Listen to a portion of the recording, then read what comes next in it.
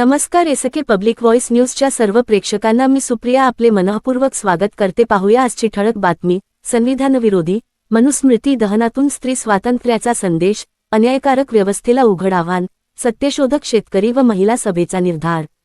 सविस्तर वृत्त असे की सत्यशोधक शेतकरी सभा व सत्यशोधक महिला सभा यांच्या संयुक्त विद्यमाने आज दिनांक 26 डिसेंबर 2025 रोजी मनुस्मृती दहन दिन व स्त्रीमुक्ती दिन नवापूर तालुक्यातील विसरवाडी येथे मोठ्या उत्साहात व लढाऊ भूमिकेत साजरा करण्यात आला।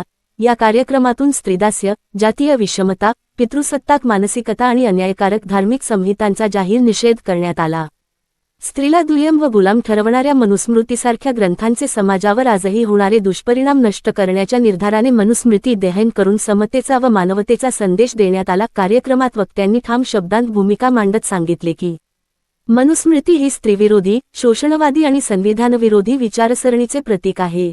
स्त्री स्वातंत्र्य, समानता व सामाजिक न्यायाचा खरा मार्ग हा डॉक्टर बाबासाहेब आंबेडकरांनी दिलेल्या भारतीय संविधानातूनच जातो। स्त्री मुक्ती दिनाच्या निमित्ताने महिलांनी स्वाभिमान, आत्मनिर्भरता, शिक्षण आणि संघटन यावर भर देत अन्यायाविरुद्ध संघर्ष अधिक तीव्र करण्याचा निर्धार व्यक्त केला। धर्माच्या नावाखाली डिलिस्टिक, अल्पसंख्याक ईसाई व मुस्लिम समाजावर मनुस्मृतीसदृश विचार लादून होणारे हल्ले, तसेच अंधश्रद्धा व स्त्रीदमनाविरोधात लढा अधिक तीव्र करण्याचा इशारा देण्यात आला।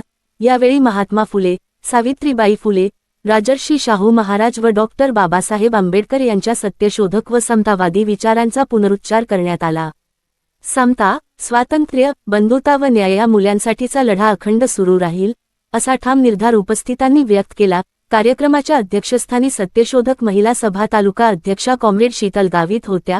मार्गदर्शन कॉम्रेड गेवाबाई गावित, ज्येष्ठ नेत्या comrade Homabai Gavit, comrade Leelatai Valvi, comrade Manilatai Valvi यांनी केले। कार्यक्रम यशस्वी करण्यासाठी कॉम्रेड शांताबाई गावित, कॉम्रेड बंधारीबाई नाईक, तसेच विशेष सहकार्य comrade R T. Gavit, comrade Ranjit Gavit, comrade Karansing Kokani, comrade Jalamsing Gavit व कॉम्रेड विक्रम गावित यांनी केले। शेवटी महात्मा फुले रचित सत्याचा अखंड गायन करून मनुस्मृती मुर्दाबाद, स्त्री मुक्ती दिन विजयी असो, डॉक्टर बाबासाहेब आंबेडकर जिंदाबाद, महात्मा ज्योतिबा फुले व सावित्रीबाई फुले जिंदाबाद, आदिवासी क्रांतीवीर जिंदाबाद अशा घोषणांनी कार्यक्रमाची सांगता करण्यात आली। यावेळी परिसरातील शेकडो महिला, पुरुष मोठ्या संख्येने उपस्थित होते।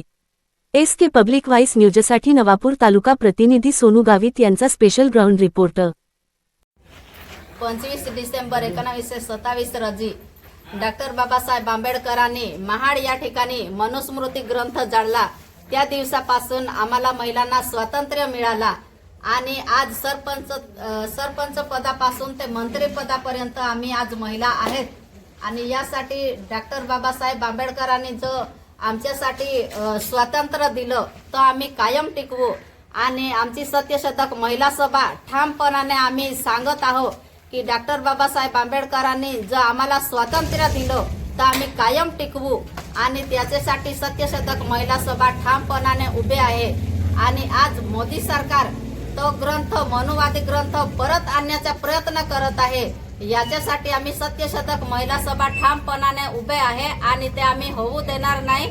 सत्यशोधक महिला सभा आम्ही ठामपणाने उभं राहू असं आम्ही महिलांना सांगतो।